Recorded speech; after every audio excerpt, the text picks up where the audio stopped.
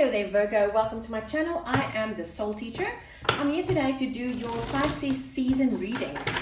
So the reason why I've started to do these readings is because with every season that comes, there's a specific energy that is the strongest, and it's easier to navigate our lives if we know what these energies are all about.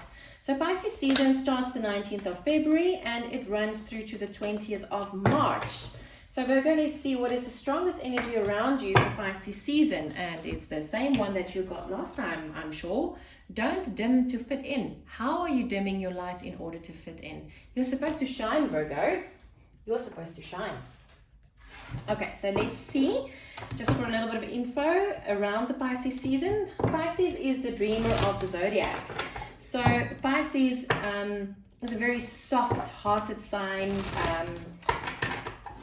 They love planning and their plans are meticulous and perfect, but the moment it gets to the execution time, then Pisces struggles a lot. Pisces does not like to execute much.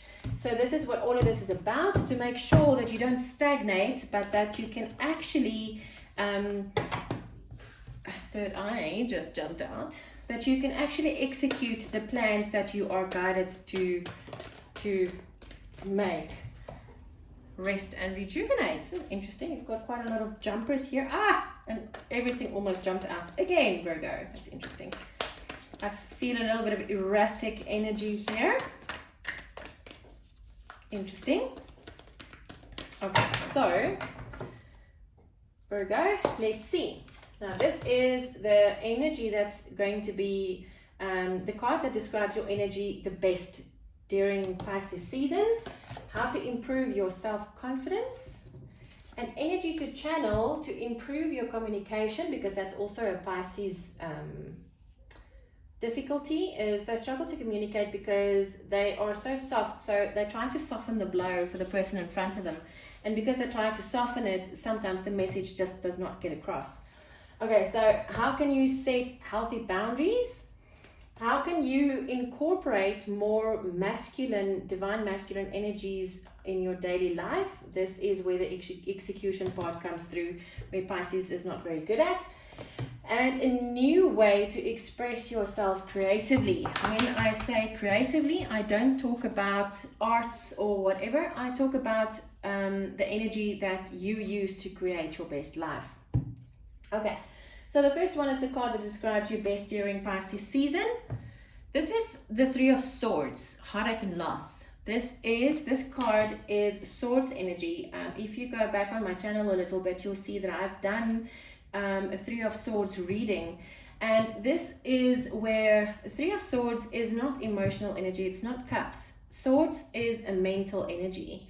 So you think your heart is absolutely broken. But in the meantime, the source of that broken heart is not emotional, it is mental. And if you go and watch that reading, I can also do a personal reading for you. My details are in the description box below. That heartache has got a place so very deep inside of your soul that you don't even know that it's there. When I did this reading for myself, I almost fell off the chair because I could not believe that this is the thing that is running through all of the parts of my life. So it was a very insightful reading, and this is the energy that you're coming into Pisces season with, Virgo, is you think you have a broken heart and you don't. You have, your mind told you have a broken heart, but you don't. And this is something that you're going to have to address very seriously during this Pisces season. How to improve my self-confidence? This is exactly why this happens, because you are trapped in fear.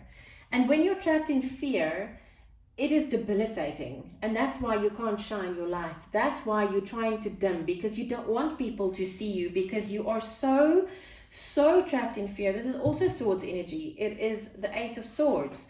So when you're trapped in fear, it's also a mental energy. And when it's a mental energy, you can change it so much better. The next one is an energy to channel to improve my communication. You have to tap into your power. This is a strength card.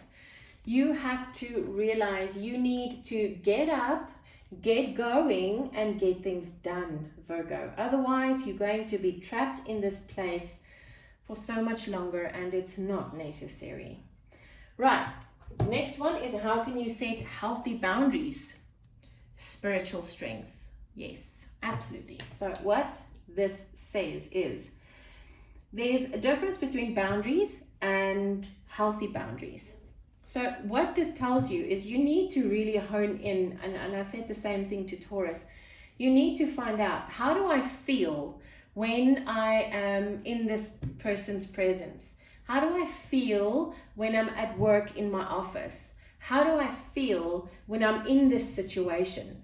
Is this making me feel happy and joyous, and then my light would shine automatically? Or is this making me feel uncomfortable and just itchy and niggly? And this is how you will know.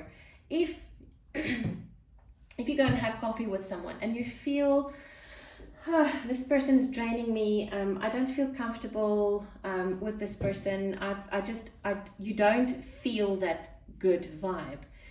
And you go home and a week later this person phones you up and say, hey, I had such a good time last time when we had coffee, don't you want to join me for coffee again, please? You then need to have the spiritual strength to understand that you need to say, you know what, I'm very sorry, I do not feel comfortable in the vibes that this is creating, and this is not in line with what I am seeing for the rest of my life. I don't feel comfortable. I'm sorry, but I don't want to pursue this connection any further, and you walk away. That's how you set a healthy boundary, and it's very important, because if you don't, you will get stuck, Virgo. You will. You will. The energies have changed so much that you don't want to keep on putting shields up. You don't want to keep on guarding yourself, because this is why you get to this place of heartache and loss. Because now, if you go with this person on a third or a fourth date, and you really feel, oh my goodness, because your soul will have such an influence on your physical body that it will make you physically sick. And then you're going to sit in this place of, I'm so scared to tell this person that I don't want to be in this relationship, or am I really going to have to face this person now for the rest of my life, or whatever. And in the meantime, you could have just said no in the first place. And that's all about setting healthy boundaries. Okay, so how can I incorporate more divine masculine energy into my daily life? This is what you need to do.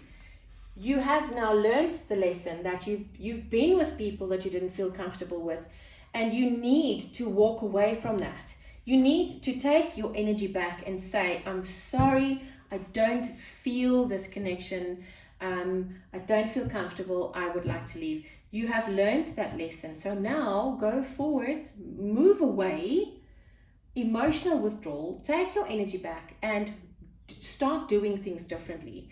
And the way to do them differently is by doing it differently from the start.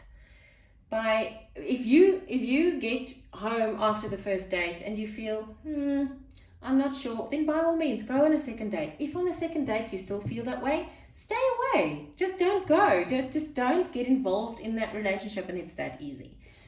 Then a new way to express yourself creatively, by getting to the place where you can create partnerships and alliances that serve your purpose, that serve your journey, and that serves you as a soul. And that is going to unlock the path of your life forever going forwards. Wow, Virgo, this is a great reading. It didn't look that way in the beginning, but this is a great reading. I really hope it helped you. I'm wishing you lots of love and light. Take care.